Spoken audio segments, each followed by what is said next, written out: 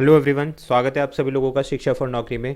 इस video lecture में हम लोग डिस्कस करेंगे सीटेट 2021 के लिए पेपर 1 के लिए मॉक टेस्ट को हम डिस्कस कर रहे हैं। यहाँ से हम अपना मॉक टेस्ट नंबर 1 स्टार्ट कर रहे हैं और बिलीव मी इस वीडियो में आप लोगों को बहुत सारी चीज़ें ऐसी देखने के लिए मिलेंगी जो आपको जो पेपर होने वाला है सीटेट का उसमें बहुत हेल्प करेंगी। ये मॉक टेस्ट जो है बहुत ही इंपॉर्टेंट है, तो मेक श्योर आप वीडियो को लास्ट तक देखो। 100% आपको क्वेश्चन का लेवल समझ में आएगा और काफ़ी सारी चीज़ें क्लियर होंगी जो आपके एग्जाम पॉइंट ऑफ व्यू से बहुत इंपॉर्टेंट है। तो स्टार्ट करते हैं अपनी आज की वीडियो। टेलीग्राम पर ज़रूर कनेक्ट कर लेना क्योंकि सारे पीडीएफ जो है जितने भी मॉक टेस्ट आगे होने वाले हैं, आज हम मॉक टेस्ट नंबर 1 अपनी सीरीज़ स्टार्ट कर रहे हैं और पेपर 1 और पेपर 2 दोनों के लिए हम लोग डिस्कस करने वाले हैं। तो स्टार्ट करेंगे अपना क्वेश्चन नंबर 1 से स्टार्ट करते हैं। सीटेट पेपर 1 के लिए औसत से कम बुद्धि का बालक जिसकी सोचने की क्षमता उस आयु के समूह के बालकों से निश्चित किए गए मानदंडों से कम होती है, वह बालक किस श्रेणी में आता है। ठीक है, तो ये देखिए इंक्लूसिव एजुकेशन से लिया गया क्वेश्चन है, तो यहाँ से क्वेश्चन बहुत ज़्यादा बनते हैं। तो सारे क्वेश्चन को मैं आपको एक्सप्लेन करता हुआ चलूँगा। तो ऑप्शन नंबर ए अधिगम क्षमता, जिसको हम लर्निंग डिसेबिलिटी बोलते हैं। बी बोलते हैं स्लो लर्निंग, कम बुद्धि वाले बच्चे यानी कि जिनका लो आईक्यू होता है, लो आईक्यू लेवल हो गया, या फिर मानसिक विकृति या फिर मेंटल रिटार्डेशन जिसको हम बोलते हैं इंग्लिश में, जिसको एमआर स्टूडेंट्स बोलते हैं। तो आपको बताना है कि कौन से ऐसे बच्चे हैं जो औसत से कम बुद्धि के होते हैं, तो उनको हम बोलते हैं, उनकी लर्निंग स्किल्स को हम बोलते हैं बी। जो स्लो लर्निंग स्किल होती है, यानी स्लो लर्निंग का मतलब जो धीमी गति से सीखते हैं, उनको सीखने में वक्त लगता है एवरेज औसत वाले बच्चों से। तो औसत से कम बुद्धि वाले बालक स्लो लर्नर्स में आते हैं, यानी कि वो उनकी सीखने की क्षमता, अडॉप्ट करने की क्षमता किसी भी चीज़ को, सब्जेक्ट की नॉलेज को, तो वो कम होती है औसत बच्चों की तुलना में। ठीक है, तो वो बालक स्लो लर्नर कैटेगरी में आता है। अब देखिए अधिगम क्षमता क्या होती है, लर्निंग डिसेबिलिटी का मतलब क्या होता है कि जो बच्चा पढ़ने संबंधित, यहाँ स्लो लर्निंग का मतलब क्या है कि पढ़ने में भी और दूसरी डे टू डे एक्टिविटीज़ जो होती हैं उसको भी करने में जो है बच्चा अगर स्लो रहता है एवरेज स्टूडेंट की कंपैरिजन में, तो वो इस कैटेगरी में आता है। अधिगम क्षमता का मतलब होता है जो सीखने संबंधित गतिविधियों में पीछे होता है।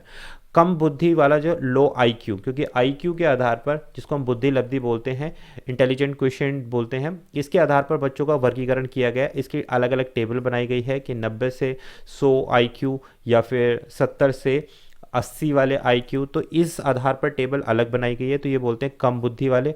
मानसिक विकृति, मेंटल रिटार्डेशन, जिनके मस्तिष्क से संबंधित प्रॉब्लम होती है, तो उनको मेंटल रिटार्डेशन वाली कैटेगरी में डालते हैं। तो right answer option number B. Question number 2 के साथ में हम बढ़ेंगे। भाषा शिक्षण खेल विधि में की विशेषता यह है कि the speciality of the game method in language teaching is that, कि भाषा शिक्षण में जो है खेल विधि, जिसको प्ले मेथड भी बोलते हैं, प्ले मेथड भी बोलते हैं, उसकी विशेषता क्या है ये आपको बताना है। ऑप्शन ए पढ़ाई का स्थान खेल ले लें, पढ़ाई का कोई महत्व नहीं होता, खेल का समावेश करके पढ़ाई की नीरसता को दूर किया जा सकता है, खेल के बिना शिक्षा पूरी नहीं हो सकती है। तो देखिए राइट आंसर है यहाँ पर option number C.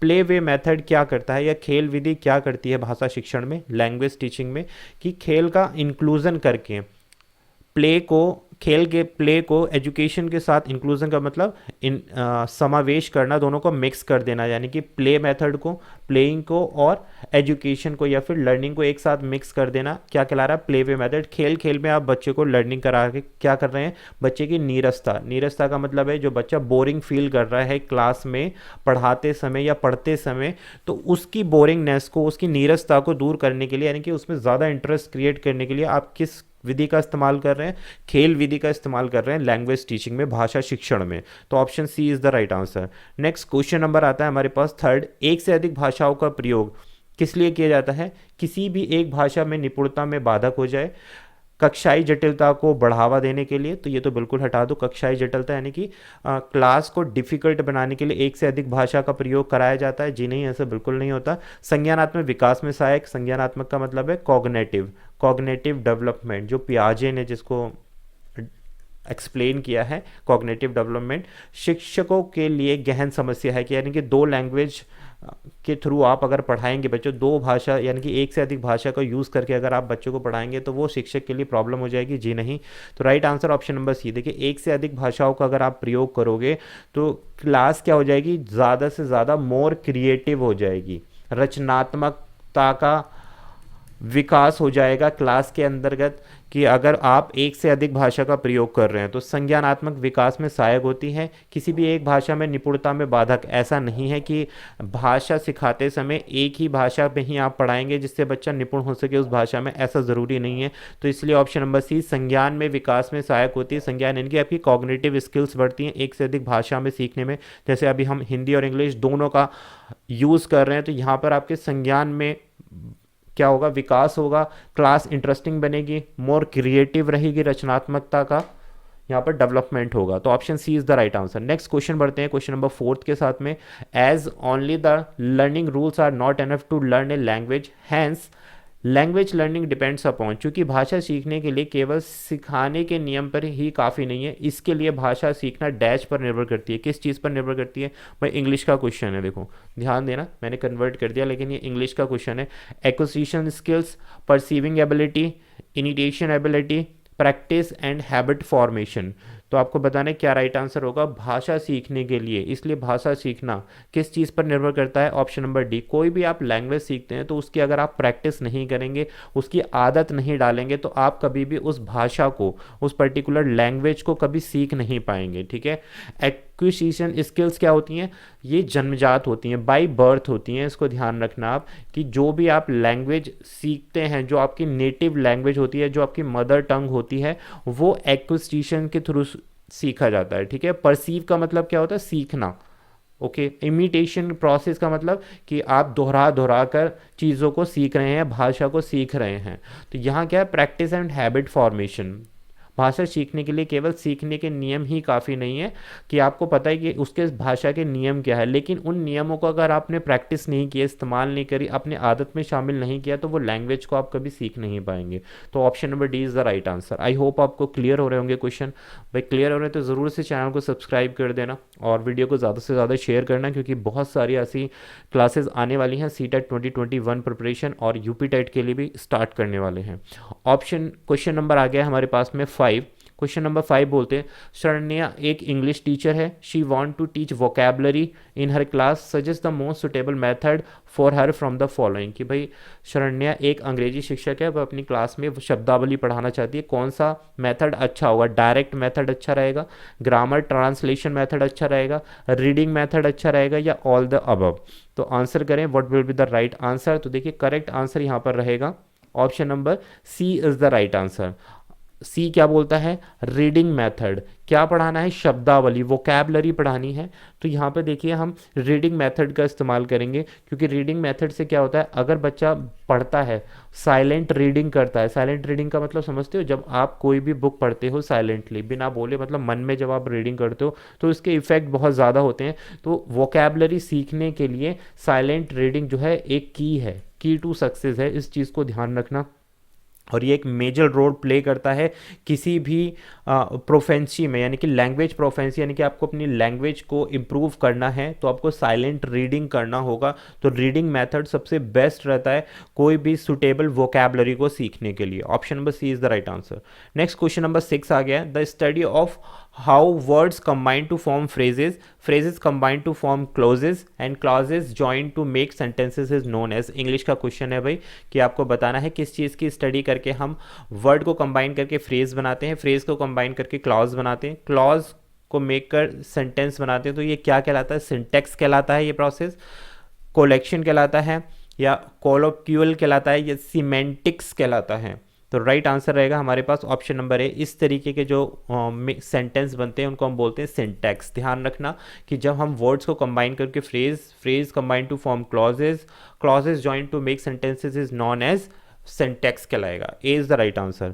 Next question number 7, which one of the following is least likely to be correct match. निम्नलिखित में से कौन सा एक सही मिलान होने की सबसे कम संभावना है। मैच द फॉलोइंग है, आपको बताना है कि कौन सा गलत है, उसके ऊपर ध्यान देना है। बिहेवियरिस्टिक का मतलब होता है व्यवहारवादी, ठीक है। मैं इसको हिंदी में यहाँ पर ट्रांसलेट कर देता हूँ, व्यवहारवादी जिसको हम बोलते हैं। तो ये किससे मैच हुआ है, language gives birth to the thought, कि भाषा जो है विचारों को जन्म देती है। जीन पियाजे क्या बोलते हैं, thought takes birth before language, ठीक है। वाइगॉस्की बोलते हैं at the end of the birth language and thought are separate from each other. कहते हैं कि जब बर्थ के टाइम पर भाषा और विचार जो है एक दूसरे से अलग होते हैं, ये वाइगोस्की का कहना है। नॉम चॉम्स्की यहाँ पर बोल रहे हैं language is acquired from environment, ये कह रहे हैं कि भाषा जो है आप अपने पर्यावरण से सीखते हैं। तो देखिए ऑप्शन नंबर डी जो है वो गलत है, बाकी सारे सही हैं, ठीक है, इसलिए ऑप्शन नंबर डी को ही हमें पिक करना। आपको बताना था कि कौन सा मैचिंग गलत लगा है। तो behaviourist language give birth to the thought, ठीक है, जीन पियाजे का भी ठीक है। वाइगोस्की, नॉम चॉम्स्की का इन्होंने लगाया है language is acquired from environment, जी नहीं, नॉम चॉम्स्की कहते हैं यहाँ पर कि भैया चाइल्ड के पास inborn, child has inborn, inborn का मतलब जन्मजात, इनबॉर्न कैपेबिलिटी होती है, क्षमताएं होती हैं बच्चे के पास में लैंग्वेज को लर्न करने की, भाषा को लर्न करने की या ग्रहण करने की। तो ये किसके द्वारा कहा गया है? नॉम चॉम्स्की के द्वारा कहा गया है। इन्होंने क्या कहता है language is acquired from environment, ये गलत हो गया। Language acquire in born ability होती है, जन्मजात कैपेबिलिटी होती है बच्चे के अंदर कि वो भाषा को ग्रहण कर सके या फिर लर्न कर सके, इसी को हम बोलते हैं लैंग्वेज एक्विजिशन डिवाइस, LAD इसी को ही बोलते हैं। और ये नॉम चॉम्स्की द्वारा दिया गया है भाई, इंग्लिश में बहुत इंपॉर्टेंट है, इंग्लिश लैंग्वेज में ये बहुत इंपॉर्टेंट है। LAD लैंग्वेज एक्विजिशन डिवाइस जिसको कहा जाता है, ये नॉम चॉम्स्की द्वारा बताया गया है कि बच्चे के अंदर जन्मजात काबिलियत होती है कि वो लैंग्वेज को लर्न कर सके। Next question number 8, learning brings about several changes in an individual, which of the following is not an outcome of learning. अधिगम व्यक्ति के अनेक परिवर्तन लाता है, निम्नलिखित में से कौन सा सीखने का परिणाम नहीं है, ये आपको बताना है क्वेश्चन नंबर 8 के लिए। तो देखिए राइट आंसर रहेगा यहाँ पर achievement of goal of life, जीवन के लक्ष्य की प्राप्ति। निम्नलिखित में से कौन सा सीखने का परिणाम नहीं है, नॉट दिया गया था यहाँ पर, तो इसलिए आपको ध्यान में रखना था। तो क्वेश्चन नंबर हम डिस्कस कर रहे हैं यहाँ पर 8 डिस्कस कर रहे हैं। तो एक बार जरा क्वेश्चन को दोबारा पढ़ लेते हैं। ऑप्शन देखते हैं, development of overall personality of the individual, व्यक्ति के समग्र विकास, व्यक्तित्व का विकास, desirable changes in the behaviour of individual, inability to adjust the environment, या achievement of goal of the life. तो देखिए डी नहीं होगा, option number C is the right answer, inability to adjust the environment, पर्यावरण को समायोजित करने में असमर्थता जो है लर्निंग का परिणाम नहीं है। तो ऑप्शन नंबर सी राइट रहेगा। बाकी ओवरऑल पर्सनालिटी डेवलप होती है व्यक्ति की, जब वो सीखता है तो उसमें उसके व्यवहार में चेंज आते हैं, परिवर्तन आते हैं। भाई आप लर्निंग कर रहे हैं, आप एजुकेट हो रहे हैं, तो आपके व्यक्तित्व और व्यवहार दोनों में ही परिवर्तन आता है। अच्छी जीवन के लक्ष्य की प्राप्ति होती है सीखने से, तो ये बिल्कुल सही है। जो गलत है वो है हमारे पास ऑप्शन नंबर सी। नेक्स्ट बढ़ेंगे भाई, क्वेश्चन नंबर 9 है हमारे पास, discipline that is not concerned with the research on language development, वह विषय जो भाषा के विकास पर शोध से संबंधित नहीं है, क्या कहलाता है? एंथ्रोपोलॉजी बोलते हैं उसको, सोशियोलॉजी बोलते हैं, साइकोलॉजी बोलते हैं, या फिर साइकोपैथोलॉजी बोलते हैं। तो करेक्ट आंसर है वह विषय जो भाषा के विकास पर शोध से संबंधित नहीं है, that is option number D, psychopathology. तो साइकोपैथोलॉजी क्या है? एक प्रकार का मेंटल डिसऑर्डर है। बात क्लियर हो गई? मेंटल डिसऑर्डर से रिलेट करता है साइकोपैथोलॉजी में, विज्ञान की वह शाखा है जिसमें मेंटल डिसऑर्डर के बारे में हम डिस्कस करते हैं। और बाकी जितनी चीज़ें दी गई हैं किस पर हैं? ये लैंग्वेज डेवलपमेंट पे है। एंथ्रोपोलॉजी, सोशियोलॉजी, साइकोलॉजी, ये किस पर है? भाषा विकास पर है, लैंग्वेज डेवलपमेंट पर है। लेकिन और साइकोपैथोलॉजी साइंस की एक ऐसी शाखा है जिसमें मेंटल डिसऑर्डर के बारे में डिस्कस या फिर लर्न करते हैं। Question 10, in mathematics why oral work is so important in initial stages to solve problem. बहुत अच्छा क्वेश्चन है भाई, सीटेट के लिए बहुत ही बढ़िया क्वेश्चन है, सीटेट के लिए मार्क कर लेना बहुत इंपॉर्टेंट। गणित में किसी समस्या को हल करने के लिए प्रारंभिक चरणों में मौखिक कार्य इतना महत्वपूर्ण क्यों होता है, कि ऑरल वर्क क्यों इंपॉर्टेंट होता है? पैसे बचाता है ये, it result in saving time, time बचाता है।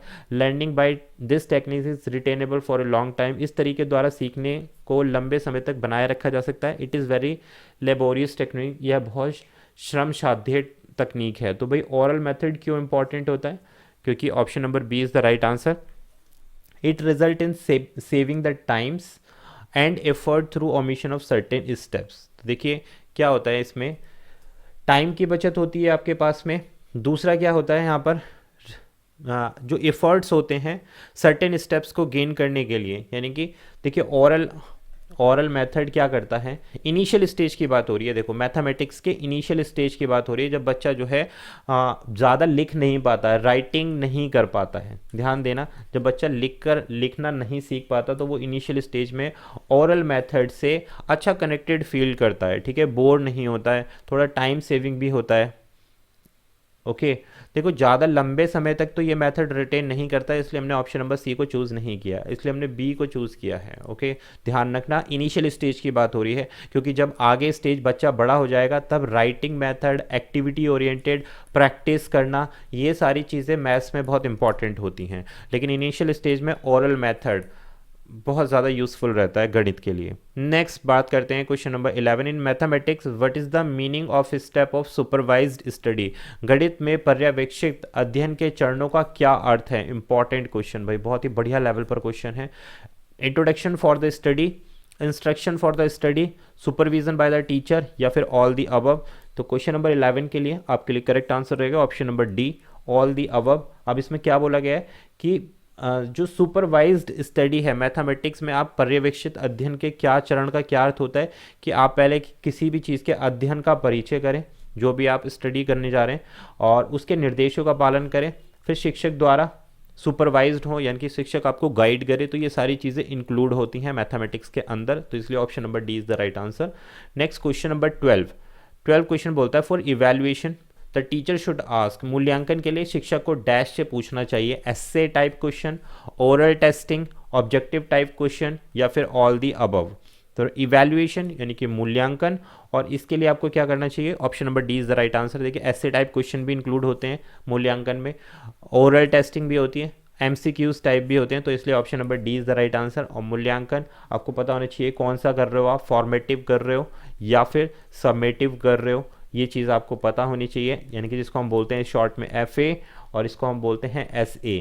तो FA SA क्या है, टाइप ऑफ इवैल्यूएशन है, और दूसरा कॉन्टीन्यूस एंड कॉम्प्रिहेंसिव इवैल्यूएशन। तो ये टॉपिक ऐसे हैं जो आपको बहुत क्लियर होने चाहिए, अगर आपके क्लियर नहीं है तो कमेंट कर सकते हो, डेडिकेटेड वीडियो इन पर बना देंगे।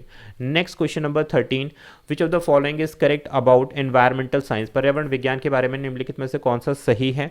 ऑप्शन नंबर ए देखते हैं, it is a mixture of traditional science, यह पारंपरिक विज्ञान, सामाजिक मूल्य और पर्यावरण जागरूकता का मिश्रण है, यह लोगों के मध्य, लोगों के बारे में और लोगों के लिए एक अध्ययन करता है। तो कौन सा स्टेटमेंट सही है।